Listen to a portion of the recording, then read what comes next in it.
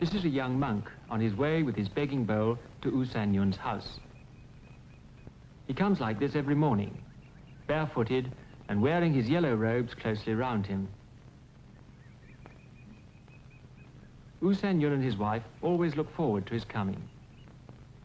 They told me that in their eyes he wasn't begging at all. He was conferring a privilege on them. By helping a monk, they could prove their faith and deepen their spiritual life. The monk is taught in the monastery how to accept charity with dignity and without losing self-respect.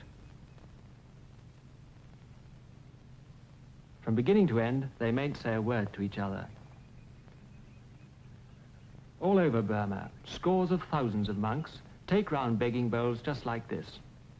They're treated with reverence wherever they go. They belong to the oldest religious order in the world, founded by Buddha 2,500 years ago. In the mornings and evenings in their home, U San Yun and his wife spend a short time in meditation.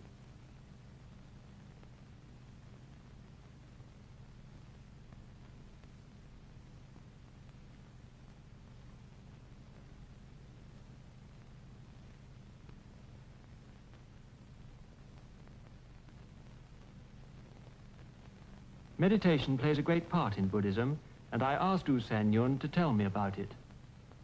A good Buddhist devotes himself to meditation for an hour or two in his home, usually at night or at early dawn.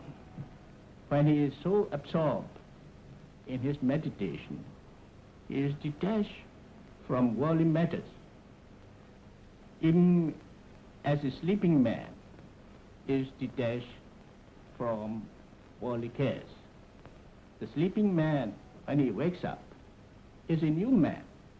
He can devote himself to his daily duties with renewed vigor. In the case of a man who has practiced meditation, it is even more than that. He has rested himself from the worldly cares. He has raised his mental plane to a higher stage of purity. And he has developed his power of concentration.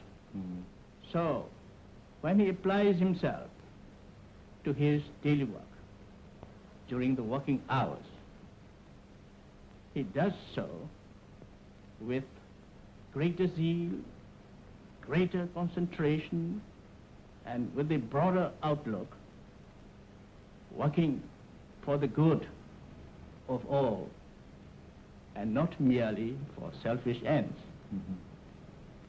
May I ask you, there's one thing I should like to add, and it is absolute detachment comes only at the last stage of perfection. We call it arhat. I see. He has broken through the bonds of cosmic existence. He no longer belongs to the world or to the universe. May I ask, U San Yun, how did you start? I mean, was there some particular event or experience that started you off on your religious life? Well, in Buddhism, there is no such thing as a sudden revelation for a turning point.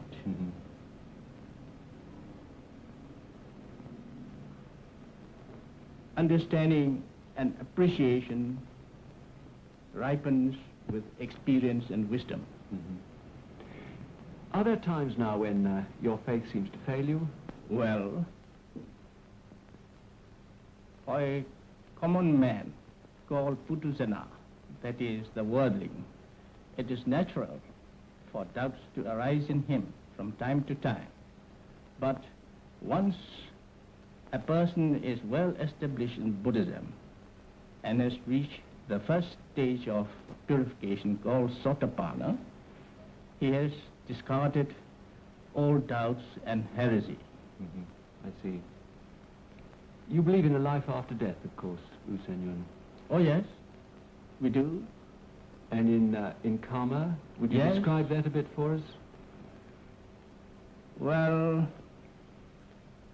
Karma is the universal law of action and reaction, cause and effect, by which we can determine our future by our own deeds.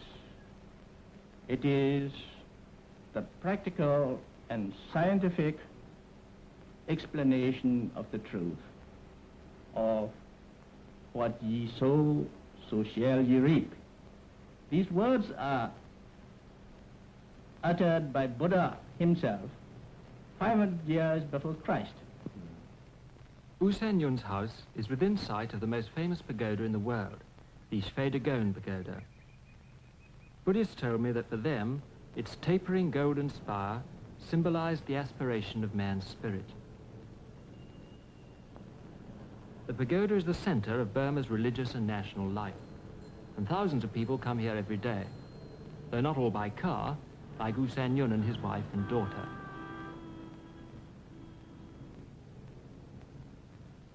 They come about once a week. Before they go into the pagoda, they'll take their shoes off as a mark of respect.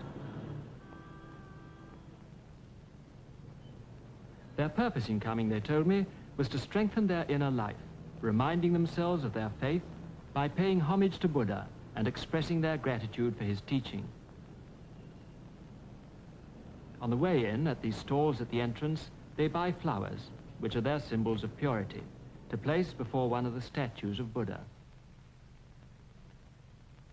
U San Yun buys a traditional paper umbrella. This symbolizes helping your neighbor by giving him shade, a pledge that U San Yun will try to repay his debt to Buddha by unselfishness to others.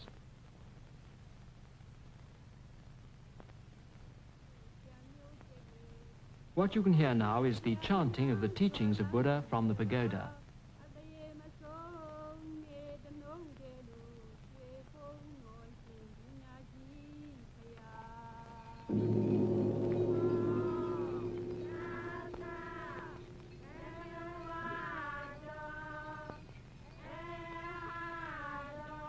As U San Yun explained it, Buddhism is a simple faith. No revelations, no dreams, no supernatural events, no gods. All these shrines and statues seem to me to belie this.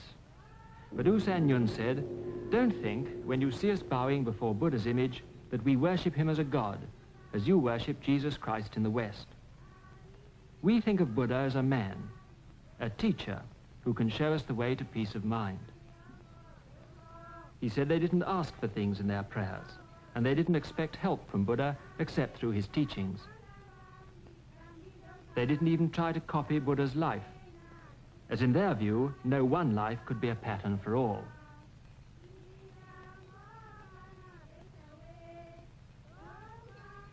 Everywhere there are ornaments, statues, flowers, jewels, the accumulated gifts of devout Buddhists for centuries past. And over all towers the fabulous golden-leafed spire of the pagoda.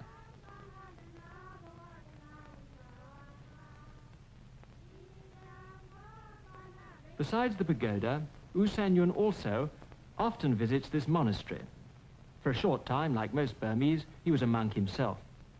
He comes here now for meditation and to hear a famous religious figure, the Mahasi Sayadaw, preaching. On this occasion, the Mahasi Sayadaw gave part of a course on meditation.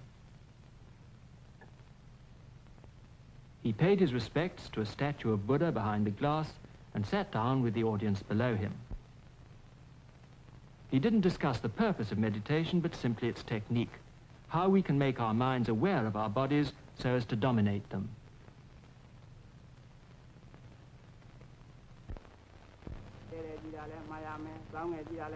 The translation is, when you begin to meditate, concentrate your mind on your physical movements. If you stretch or bend your arm or knee, realize you are doing so. If you're holding your robe or begging bowl, know that that is what you're doing.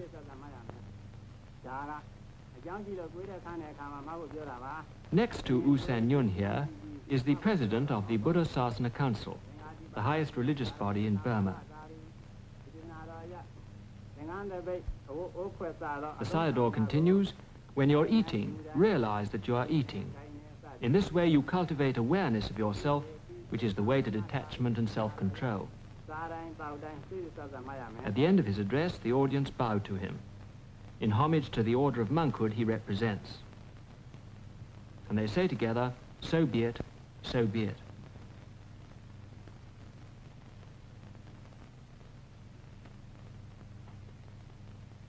Monks aren't the only teachers of meditation in Burma.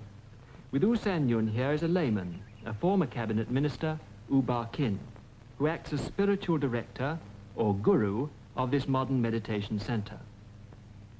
In thousands of lay meditation centers like this, Burmese Buddhists cultivate self-mastery as the key to a deeper spiritual life. U Ba Kin's most proficient pupil is Mr. Venkataraman here. He's preparing to go into a trance known as the trance of cessation. He pays his respects to his guru and sits down and begins to concentrate.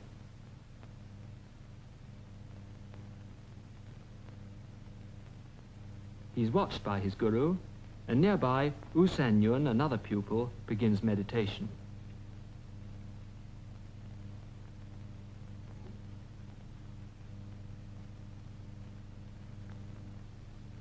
In less than a minute, Mr. Venkataraman is in a deep trance. When he is like this, nothing can wake him up except the voice of his guru. Venkataraman.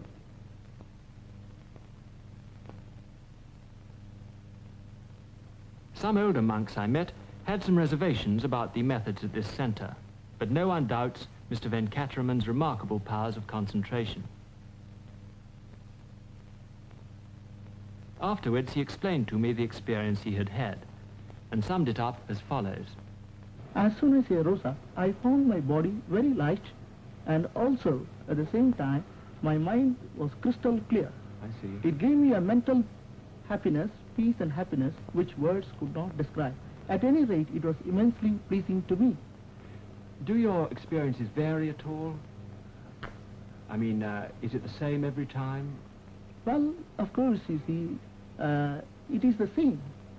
But the images, when I go in the slow motion, the pictures, what I see, the vision might vary. But otherwise, it's all the same. And you value these experiences very highly? Surely, because it gives me mental peace and happiness.